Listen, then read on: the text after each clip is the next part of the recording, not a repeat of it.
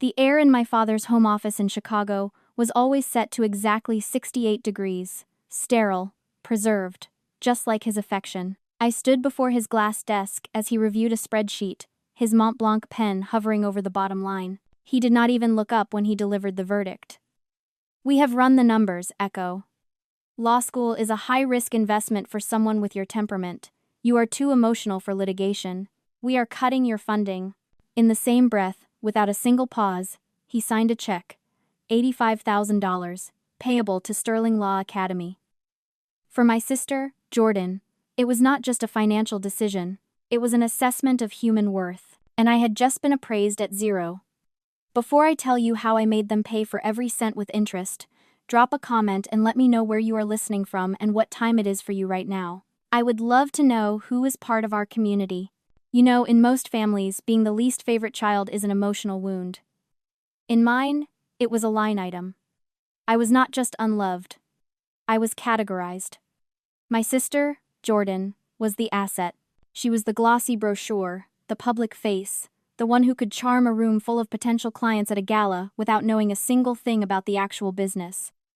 I was the liability, the cost center, the one who asked too many questions, who read the fine print, who made people uncomfortable with facts they preferred to ignore. For 23 years, I thought I was fighting for their affection. I did not realize I was just fighting for a better credit rating in their emotional ledger. It started young. When Jordan turned 16, my parents threw her a gala at the exquisite Drake Hotel. They called it a networking opportunity. My father, Richard, spent the evening introducing her to partners, grooming her for a future she had not earned. When I turned 16, I spent my birthday in my father's study, redlining a 50-page consulting agreement because he was too cheap to hire a junior associate to do it. He told me it was practical experience. He told me I should be grateful for the opportunity to contribute to the family overhead, and I was. That is the sick part. I was grateful. I sat there at 2 a.m, correcting his citation errors, thinking that if I just made this contract perfect, if I just saved him enough money, he would look at me the way he looked at Jordan. But that is the trap of normalizing cruelty. You do not see the cage when you are the one building the bars. My parents did not scream. They did not hit. They did not do anything that would leave a bruise you could photograph. They were far more sophisticated than that. They used the language of business to sanitize their neglect. They wrapped their abuse in corporate buzzwords until it sounded like logic. When they missed my piano recital to take Jordan shopping for interview suits, it was not favoritism, it was brand management. When they refused to pay for my summer program but bought Jordan a new Audi, it was not cruelty. It was resource allocation based on projected ROI. They made me believe that love was a transaction I was too poor to afford. I remember sitting in that cold office, watching my father sign that check for Jordan, and finally understanding the mechanism of their madness. It was not that they did not love me, it was that they had dehumanized me to balance their books. To them, I was not a daughter. I was a failed venture, a sunk cost. And in the world of high-stakes consulting, you do not nurture a sunk cost. You liquidate it. That realization did not break me. It clarified me. Cognitive dissonance is a powerful anesthetic. It keeps you hoping, keeps you trying to solve a puzzle that has no solution. But the moment he cut me off, the anesthesia wore off.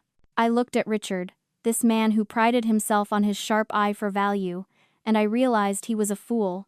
He was investing everything in a volatile asset like Jordan, whose value was entirely speculative, while discarding the one person who actually understood the machinery of his world.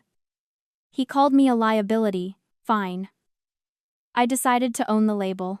A liability is dangerous. A liability is a debt that comes due. A liability, if ignored long enough, can bankrupt you. I did not argue with him. I did not beg. I did not cry. I simply nodded, picked up my bag, and walked out of that glass-walled office. I did not go to my room to pack. I went straight to the library. I had a new business plan to draft. If they wanted a return on investment, I would give them one. But it would not be the profit they were expecting. It would be a deficit they never saw coming. My life split into 2 parallel timelines that never touched. Track A was the life my parents bought for Jordan. They purchased her a 2-bedroom condo in the Gold Coast, 3 blocks from Sterling Law Academy, because Susan, my mother, insisted she needed a sanctuary to absorb complex jurisprudence. I saw her Instagram stories. The sanctuary was mostly used for hosting pre-game mixers for the Student Bar Association. She posted photos of her highlighted textbooks next to glasses of Pinot Grigio, with captions about the grind never stopping. But I knew the truth.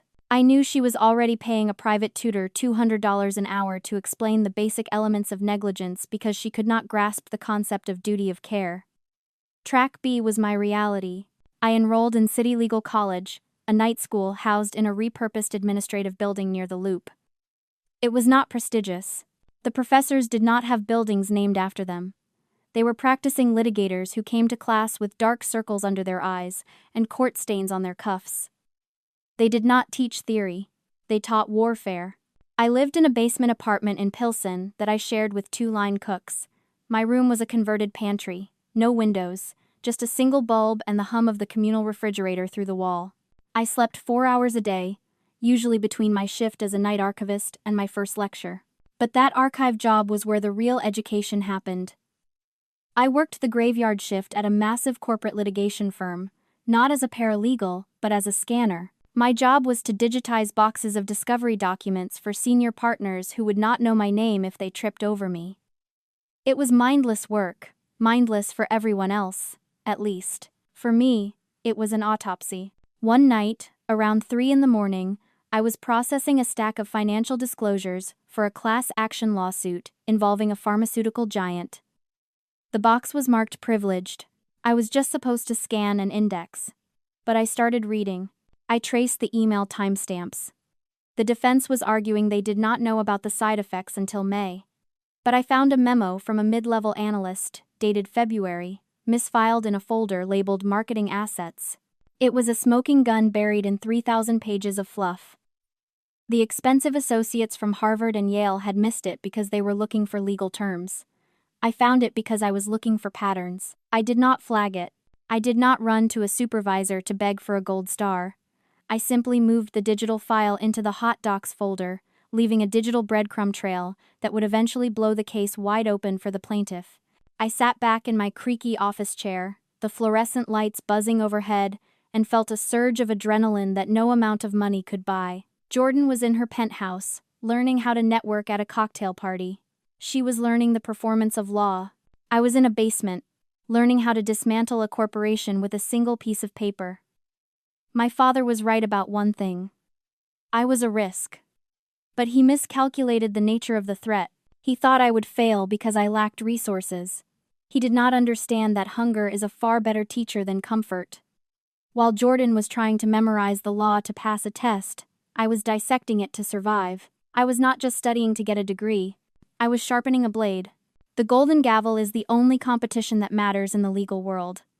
It is not about grades, or who your father knows, or how much you paid for your LSAT prep course. It is a blind submission, no names, no law school affiliations. Just 40 pages of pure argument on a complex constitutional issue. It is the one place where a night school student from Pilsen can stand in the same ring as a legacy student from Sterling Law and actually throw a punch. I entered under a pseudonym. Amicus. I wrote the brief on the bus between shifts. I edited it on my lunch breaks at the archive, using the backs of discarded deposition transcripts. The topic was corporate liability in cases of systemic negligence, a subject I knew intimately, thanks to my father. I did not just write a legal argument, I wrote a dissection of men like him. I dismantled the very logic he used to run his life, stripping away the corporate veil until there was nothing left but raw culpability. When the notification came that I had won, I did not pop champagne. I did not call anyone. I just sat in the dark of my basement room and smiled. I had beaten the top students from Harvard, Yale, and yes, Sterling Law. But the real prize was not the award. It was what happened at Sunday dinner, 2 weeks later. My parents still expected me to attend these mandatory family meals. It was part of the brand maintenance. We had to look like a cohesive unit, even if the unit was rotting from the inside. I sat at the far end of the mahogany table, picking at a salad I was not hungry for, while Jordan complained about the stress of her torts final. She was struggling to understand the concept of foreseeability. My father was not listening to her. He was engrossed in the latest issue of the National Legal Review. He slammed his hand on the table, making the silverware jump. "Now this," he announced, holding up the journal, "is what I am talking about. Listen to this prose." He started reading. He was reading my opening statement. He read it with a reverence I had never heard him use for anything other than a quarterly earnings report. "The law is not a shield for the willfully blind. It is a sword for the knowingly negligent." He looked up, his eyes shining. "That is power. That is precision. Whoever wrote this amicus, they understand how the world works. They are not whining about fairness. They are enforcing it." He turned his gaze to Jordan, then slid it dismissively over to me. "Echo," he said, his voice dropping an octave into that familiar disappointment. "You should read this.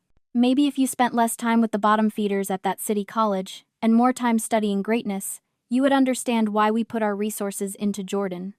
This writer? This is a Tier 1 mind. This is the kind of intellect that builds empires." I looked at him.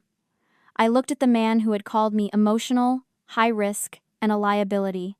He was quoting my own words to prove my inferiority. He was idolizing his own scapegoat. The irony was so rich, it almost choked me. I could have told him right then. I could have pulled out my phone, showed him the confirmation email, and watched his world tilt on its axis. But I did not. That would have been impulsive. That would have been emotional. Instead, I took a sip of water and met his gaze with a level calmness that unsettled him. "It sounds like a brilliant argument, Dad," I said. "I will be sure to study it." He huffed, turning back to his magazine, dismissing me, as he always did. He did not know he was sitting across from the author of his new obsession. He did not know that the Tier 1 mind he worshipped was the same daughter he had refused to invest a dime in. I let him keep his delusions. I let him keep praising the ghost in the machine. Because I knew the reveal was coming, and when it did, it would not happen at a dinner table. It would happen on a stage, with the entire legal community watching him realize exactly what he had thrown away. Jordan's collapse was not a sudden explosion. It was a slow, agonizing depreciation. The asset was bleeding value. 3 weeks before finals, the Dean of Sterling Law sent a formal notice. Jordan was on academic probation. She had failed torts. She had failed contracts. She was barely passing legal writing, and that was only because she had hired a ghostwriter for her drafts. A fact the school had not caught yet, but was circling. The panic in the house was visceral. It smelled like expensive scotch and desperation. My parents were in crisis mode. They were not worried about Jordan's education. They were worried about the optics. How would it look if the daughter of Richard, the great consultant, flunked out of law school? It was a brand violation. "We need a strategy," Richard barked one evening, pacing the living room. "We can make a donation." "The library needs a new wing." "It is too late for that, Richard," my mother said, her voice thin. "They are talking about expulsion if she does not pass the remedial exam next week." Then, they turned to me. I was sitting in the corner, reading a case file for work. The air shifted. It went from frantic to predatory. "Echo," my father said, his tone softening into a grotesque parody of affection. "You are good at this stuff. The grunt work, the memorization." "I manage," I said, not looking up. "Your sister needs help," he continued. "She needs a tutor, someone to guide her through the material, maybe write up some study guides. Or sample essays." "You want me to write her essays," I clarified. "We want you to help the family," he corrected, his voice hardening again. "If she fails, it reflects on all of us. You have a duty to this family brand." I closed my folder. This was it. The moment they asked the liability to bail out the asset. They wanted me to commit academic fraud to save their investment. "That would be a misappropriation of resources, Dad," I said, my voice ice cold. He blinked. "Excuse me? You told me I was a bad investment. You told me I had no ROI. If I help Jordan, I am diluting my own value to prop up a failing asset. That is bad business. I will not do it. You ungrateful little..." "However," I interrupted, standing up, I do have something for you. I pulled an envelope from my bag. Inside was a single ticket, gold embossed, heavy cardstock. The State Bar Association Gala is next week. I secured a ticket for you. It is the night of the Student of the Year Awards. I think you should be there. Richard took the ticket, confused. Why? Is Jordan receiving an award? I smiled. A tight, thin smile that did not reach my eyes. It is a surprise, Dad. Just trust me. You always said you wanted to see a return on your investment. This is it. They took the bait. Of course they did. Their arrogance would not allow them to imagine any other possibility. They assumed I had pulled strings, that I had used my lowly connections to get Jordan recognized, or that perhaps the school was honoring her to placate them. They never once considered that the award might be for me. Why would they? To them, I did not exist in the world of success. I walked out of the house that night knowing I had just set the stage for their public execution. And the best part? They had RSVP'd, yes. The State Bar Association Gala was a sea of black ties and silk gowns, held in the grand ballroom of the Palmer House Hilton. My parents looked perfectly at home amidst the crystal chandeliers and political handshakes. Jordan was wearing a dress that cost more than my annual tuition at City Legal, scanning the room for anyone important enough to talk to. I wore a simple black suit I had bought on sale. I stood near the back, watching them mingle, watching my father charm a judge he was hoping to consult for. He looked powerful, confident. He had no idea his empire was built on sand. The lights dimmed. The keynote speaker, a formidable woman who had clerked for the Supreme Court, took the podium. She spoke about integrity, about the future of the legal profession, about the need for sharp minds in a blunt world. And now, she said, her voice echoing through the silent hall, it is my privilege to present the Golden Gavel Award. This year's winner submitted a brief on corporate accountability that the committee unanimously agreed was not just excellent, but transformative. The author wrote under the pseudonym Amicus, but tonight, we reveal their true identity. My father leaned forward, eager. He whispered something to my mother, probably speculating which Ivy League prodigy was about to be crowned. Please join me in welcoming the author.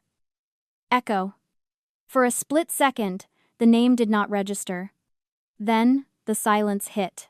It started at my parents' table and rippled outward as I began to walk toward the stage. My father's face went slack. It was not confusion, it was a total system failure. He watched me walk past him, me, the emotional one, the liability, the girl he had dismissed as a bad investment. My mother dropped her clutch. Jordan just stared, her mouth slightly open, looking like a child who had just realized the magic trick was real. I climbed the stairs to the stage. The spotlight blinded me for a moment. But then I found them in the crowd. I locked eyes with Richard. I adjusted the microphone. The room was dead silent. Thank you, I began, my voice steady, amplified, undeniable. When I wrote this brief, I did not write it as a student of the law. I wrote it as a witness. I wrote it for everyone who has been told they are too emotional, too risky, or too expensive to be worth investing in. I paused. I saw my father flinch. I stand here tonight not because of the resources I was given, but because of the ones I was denied. I learned that resilience is not taught in a penthouse. It is forged in a basement. It is learned in the dark, when no one is watching, and no one is paying. I took a breath, letting the weight of the moment settle. To my adversaries, I said, looking directly at my parents' table, thank you. Your rejection was the greatest gift you could have given me. It forced me to bet on myself. And as any good investor knows, some assets yield the highest returns precisely because they were forced to grow in the dark. The applause was thunderous. It washed over me, loud and validating. But I did not hear it.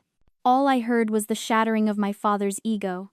He sat frozen, unable to clap, unable to move, trapped in the wreckage of his own judgment. The liability had just become the verdict. And there was no appeal. The reception was a study in damage control. My parents rushed toward me, pushing through the crowd of well-wishers, their faces arranged in masks of tearful pride. It was a performance they had rehearsed 1,000 times for other people's victories, only this time they were trying to co-opt mine. Echo! My mother cried, reaching for my hands. We knew it! We knew you had it in you.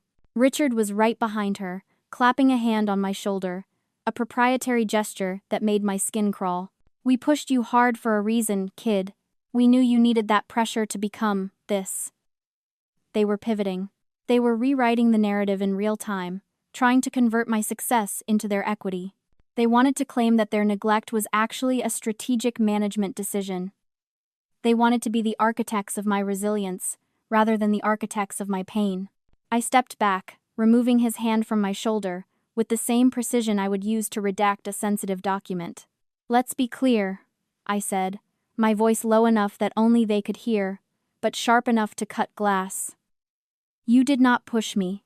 You discarded me. You bet against me. We were trying to toughen you up," Richard protested, his smile faltering. "And look, it worked. You are a star. You are the biggest asset this family has." "I am not your asset," I corrected him. "And I am certainly not your family. I am independent counsel." I reached into my clutch and pulled out a folded letter. I handed it to him. "This is my formal resignation from the family brand. Consider it a severance package." He opened it. It was not a lawsuit. It was a press release. "I accepted a position this morning," I told them. "I am joining the litigation team at Sterling and Associates." Richard went pale. Sterling and Associates was not just a rival firm. They were the wolves who specialized in prosecuting corporate fraud. They were the firm currently investigating 3 of Richard's biggest consulting clients for embezzlement. "You are going to work for them?" he whispered. "I specialize in piercing the corporate veil, Dad. I know exactly where to look for the buried bodies, because I watched you dig the graves. I left them standing there, holding the paper like it was a grenade. But I was not done. The next day, the check for my signing bonus cleared. It was substantial, enough to buy a condo, enough to buy a new car, enough to buy the lifestyle Jordan was currently losing, but I did not spend a dime on myself. I walked into the dean's office at City Legal College and established the liability fund. It is a full-ride scholarship for law students who have been financially cut off by their families. It covers tuition, books, and rent. It ensures that the next time a parent tells a child they are a bad investment, that child has the resources to prove them wrong. I stood outside the college, watching the students rush to their night classes, and I finally felt it, peace. For a long time, I thought justice meant watching my parents burn. I thought it meant destruction. But true justice is not about setting fire to the past. It is about planting seeds in a garden they are forbidden to enter. By funding these students, I was not just helping strangers, I was replicating my success. I was building an army of liabilities who would go out into the world and dismantle the systems men like my father built. That is the justice of the sower. I did not just win the game, I changed the rules. If you have ever been the liability who became the legend, share this story. Let them know we are watching. And do not forget to subscribe.